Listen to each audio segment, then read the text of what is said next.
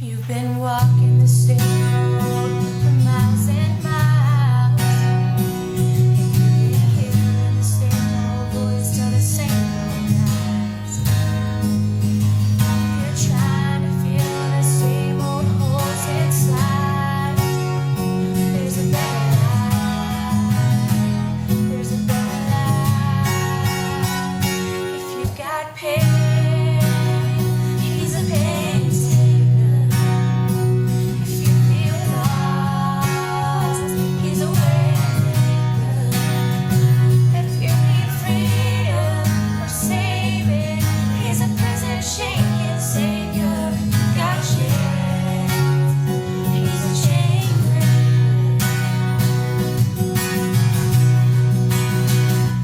We've all searched for lives in the night. We've all found ourselves running from the same old lie. We've all run to things we know just ain't right. But there's a better life. There's a better life. If you got pain, he's a pain taker. If you feel lost, he's a way maker. If you need freedom or saving, he's a prison shaking savior. Got chains, he's a chain breaker. If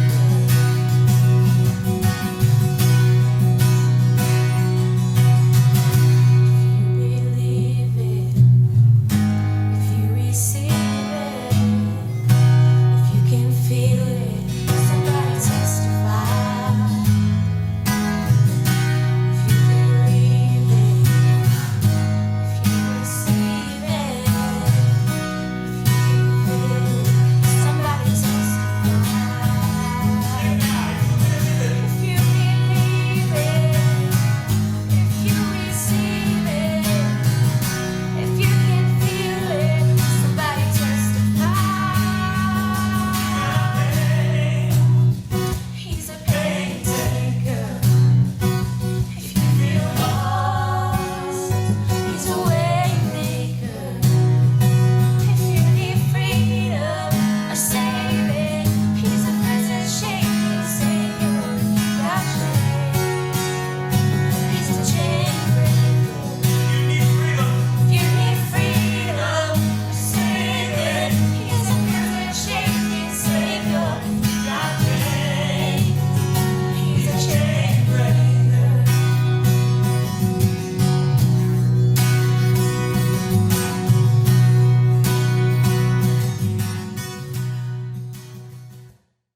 Good morning, Crossroads family. It's a pleasure to be with you this great Sunday morning.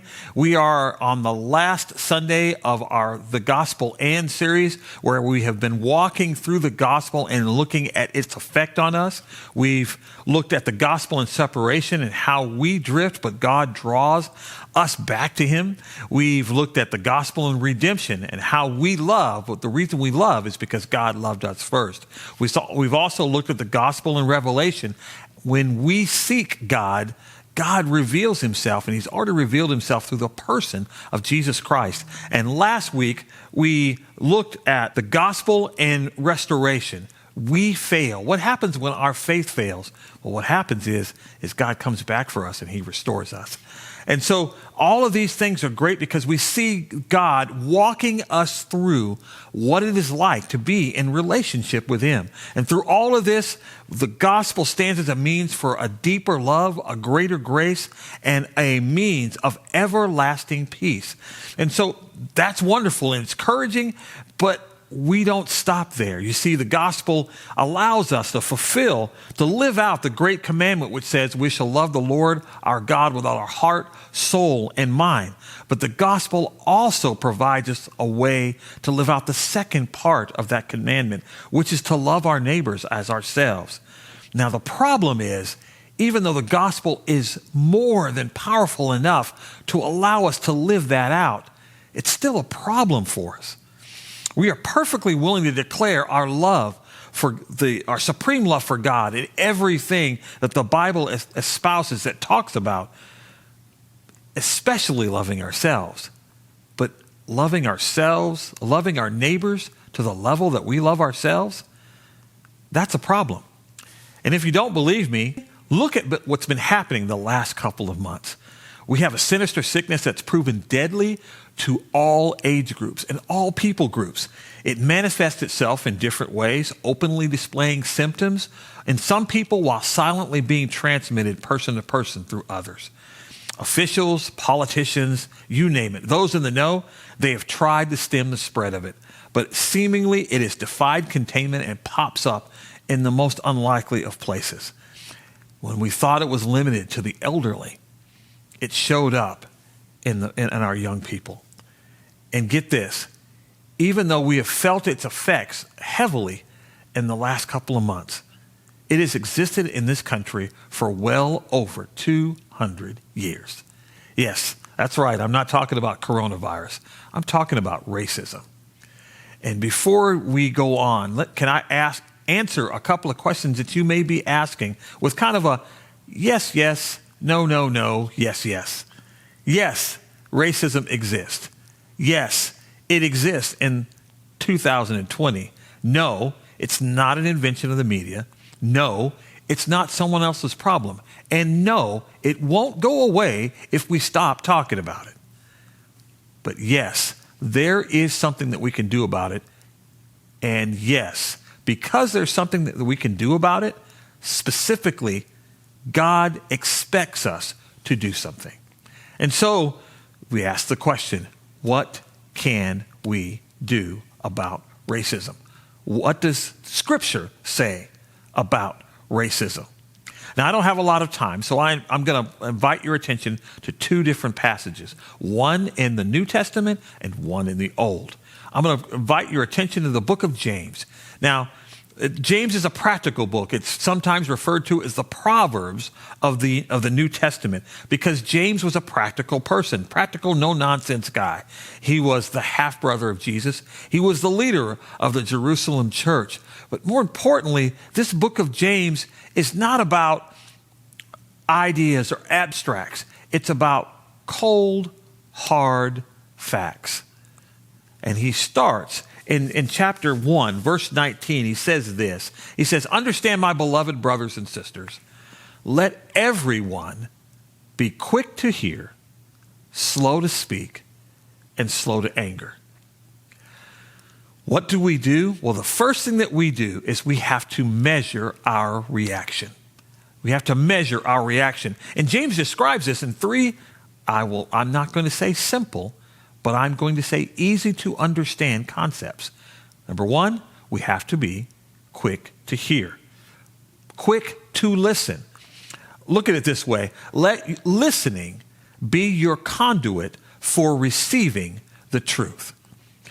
The Amplified Bible says this. It says, "Let everyone be quick to hear, be a careful and thoughtful listener."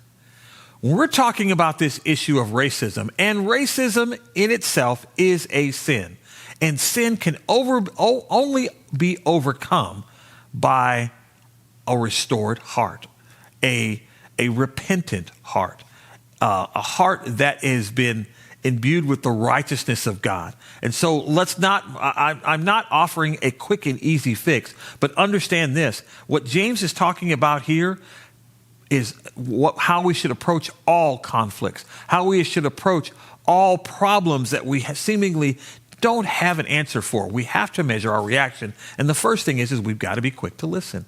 We've got to listen to what people are saying. We need to be a careful listener. Listen carefully, listening for every nuance, every emotion that is in the dialogue that we're having. But not only be a careful listener, but be a thoughtful one, a listener that listens not just to hear what I want to hear, not just to hear that something that validates how I feel, but I am seeking to understand the person that is speaking to me. A thoughtful and careful listener is invaluable in this fight against what we call racism, and this fight against something that would has pervaded our society, has invaded our society for so many generations. I was actually reading a post from a friend, and it said, the reason why we are still dealing with this situation right now is because our grandparents, our forebears, were not willing to deal with it then. Now, some of you may say, my grandparents were on the wrong side of that discussion. I understand that. But the fact is, the reason why we're dealing with it now is because we, and let's put it this way, the church has pushed off dealing with this in a complete, concise manner. And we have had a failure to listen. Listen to those who are hurt. Listen to those who have been hurt, who have real grievances, whether we understand them or not. James is not saying that you've got to understand, be quick to understand. He just says we need to be quick to listen. The second thing, we need to be slow to speak. And as I say this, I remember a friend of mine's mom, T.D. Lehrman, if you're watching, she's always saying to me, I love you. I love to hear you speak, but you need to speak slower. That's not what James is talking about, although that would be a really good idea.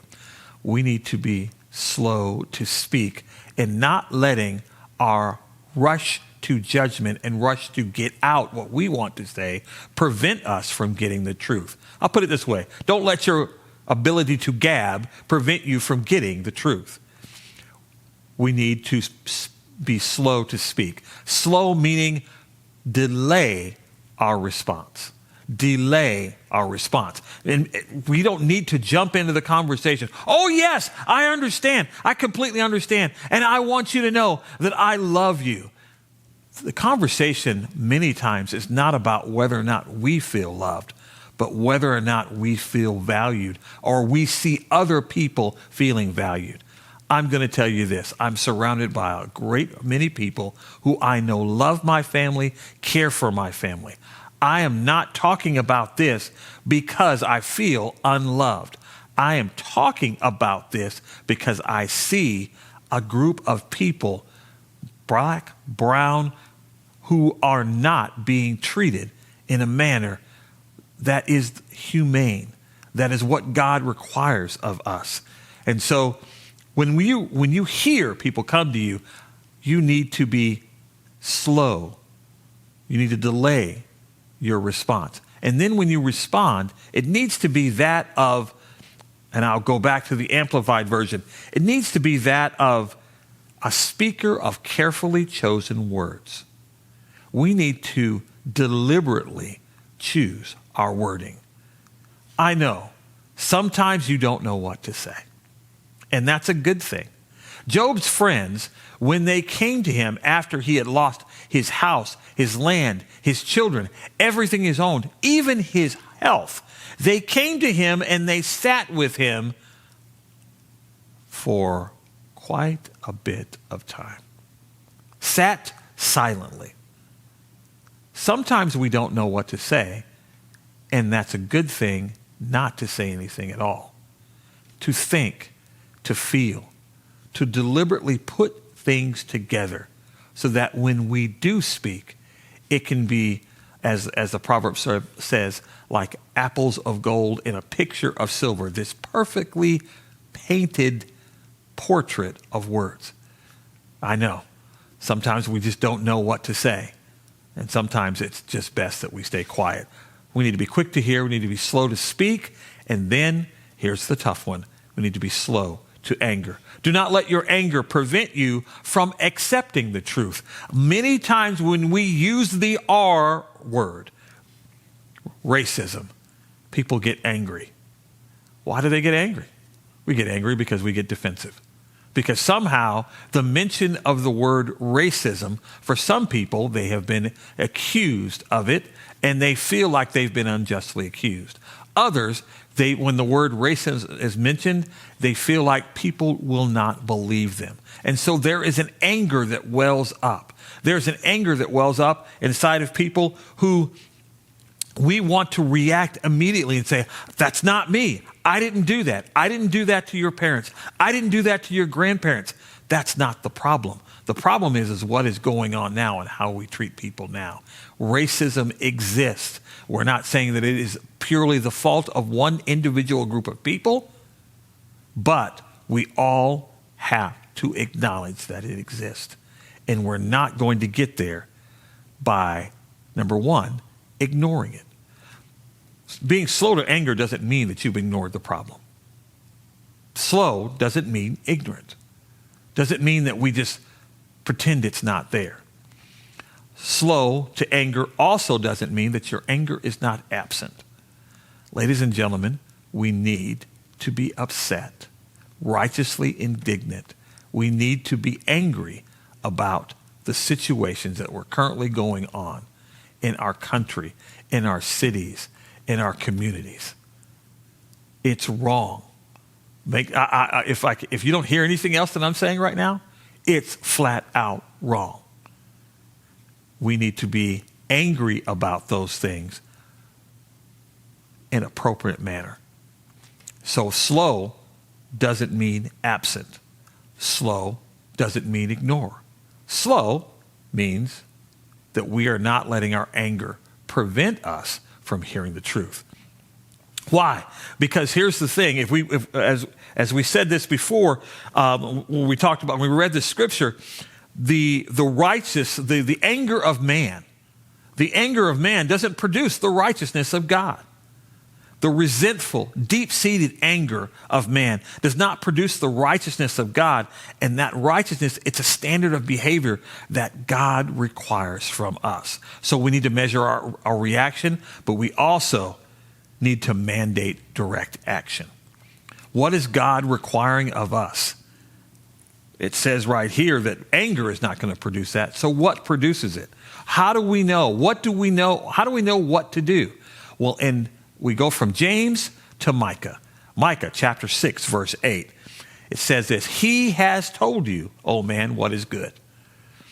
If we're trying to guess on what is good and what we should do, God has already given us several examples.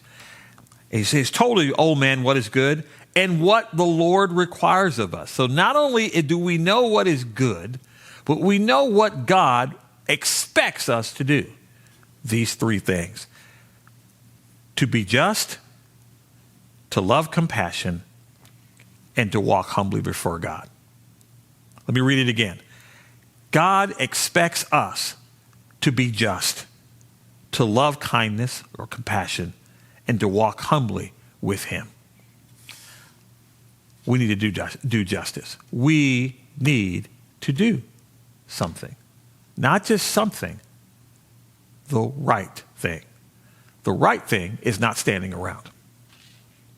The right thing is not waiting, is not asking other people who have been harmed, who are experiencing something that is demoralizing, that is frustrating, to wait while we deliberate, to wait while we talk about it and see if it really affects us as much, or to wait until it actually happens to us. No, we need to stop standing around. In letters to a Birmingham jail, Dr. Martin Luther King was responding to 8 different pastors who had written him. They were from other churches, and they had written him and asked him, "Why are you coming to Birmingham? Why are you stirring up all this trouble? Why can't you just wait? Why can't you just be patient? Why can't you just look and see what the next regime is going to do?" And he says this. He says it specifically. He says, and I quote this, and I want to make sure that I get this correct. He says, we desire justice, and justice delayed is justice denied. You have asked us to wait many times. You've asked us, why do we want to have direct action? Why do we want to do these sit-ins? Why do we want to do all these things? It's not to cause harm to people, but to bring attention to something that must be done. And the fact of the matter is people have been standing around for a long time. The last instance, which has caused an upswell of attention and everything else, of the things that are going on in Minneapolis, there were people that were standing around when a person was in danger. When a person was losing his life, they were standing around. Doing justice means acting decisively and timely, not waiting around. If we go back to James, James says this: we have to be doers of the word. The things that we're talking about are being about quick to hear and slow to speak and slow to wrath. These are great so that we can receive the truth. But once we receive the truth, once we see exactly what's going on, we have to act on it. Doing justice means we need to act directly, specifically. We not only need to act directly and specifically, but we need to act in love compassionately. We need to have compassion on people. Too many times, our mandated direct action is not one of compassion. It is not one of looking to see ourselves in the face of someone else, looking to see how we would react and understanding that that person, if whatever the situation, thereby, but for the grace of God, I could be at the exact same place. You see, there's a lot of people who didn't see their own son shot while running through a neighborhood. They didn't experience their daughter who was shot through a bedroom window in her own home or in her parents' home. They didn't experience a son who was sitting in his own living room eating ice cream and was shot. But you know what? They understand that it could have been their child. They understand that it could have been their son, their daughter, their mom, their dad, their brother, their sister. And they are acting directly with compassion for the loss of just one person. When we react with compassion, we're doing what God requires of us. Third thing, we need to walk humbly with God. Walk humbly before our God. We walk humbly with our God. We set aside any overblown sense of importance or self-righteousness. For lack of a better term, we lay down our pride. And really, to be honest, whereas prejudice is based in ignorance. Prejudice is, I can prejudge I can look at some things and make a quick judgment and be guilty of prejudice, prejudging, because I incorrectly read some signals. But racism isn't like that. Racism is a fervent belief in the idea that one person is greater than another person based on some assumed things, even when those assumed things are proven false. Racism is an idea and an action that exists even when the light of truth has proven those beliefs and that belief and that idea to be wrong. And that is centered in pride. I want to believe what I want to believe. I want to believe what I want to believe about people. I want to believe what I want to believe about God. The gross sin of pride started well before mankind was eating in the garden. It started in heaven with one created being deciding that he was better than the one who created him. And that's what God is saying right here. I want you to lay aside your pride. I want you to walk humbly before me. I want you to see that just because you didn't do that particular thing doesn't mean that you don't have the capacity to do that particular thing. It doesn't make you any better than anyone else, especially when it comes to me. Because when we walk humbly before God, the light of God illuminates all of our flaws. And we see ourselves for who we really are. I want to leave you with this. I had an opportunity to spend some time with a family that I truly love. A friend of mine, he and I have been friends for well over 30 years. His mom and dad have been like a mom and dad to me as well. They've accepted me as their family. As a matter of fact, we were just joking last night about how Sister TD introduced me as one of her sons. And someone was like, but and she said, no, he's one of mine. And as I was talking to them, and I wanted to express to them, because I knew today's sermon would be hard.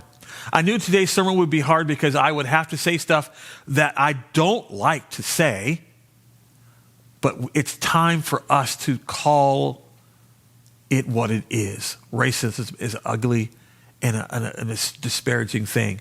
And sometimes people when they hear that, they question themselves and they say, what have I done in this? But what I wanted them to understand is I wanted them to know and hear from my voice how much that I appreciate them. You see, they're not my mom and dad. But they raised their son and their children to live in this, what we call this bubble, that not a protective bubble, but allows us to see people for who they are. And the reason why I love them so much is because they remind me of my mom and dad, because that's the way my parents raised me. And so as we were talking, and I said, I just want to tell you, Irvin and T.D. Lehrman, that I love you and I appreciate you, and I appreciate you praying for my family, and I appreciate all the kind words that you've had to say to me throughout my life, the time that you've known me. And they began to weep, and we began to get teary-eyed, and Irvin told me a story. Brother Irvin told me a story about when he was 18 years old. And he grew up basically they grew up as farmers. They were poor. He remembers picking cotton in the fields alongside other people. Yes, cotton picking was not just reserved in that time frame for black folk. It was reserved for anyone who needed a job. And Brother Irvin said this. He said, I remember we were all the same. We were together. We didn't look at each other any differently. He said, it wasn't until I was about 18 years old and I began to work.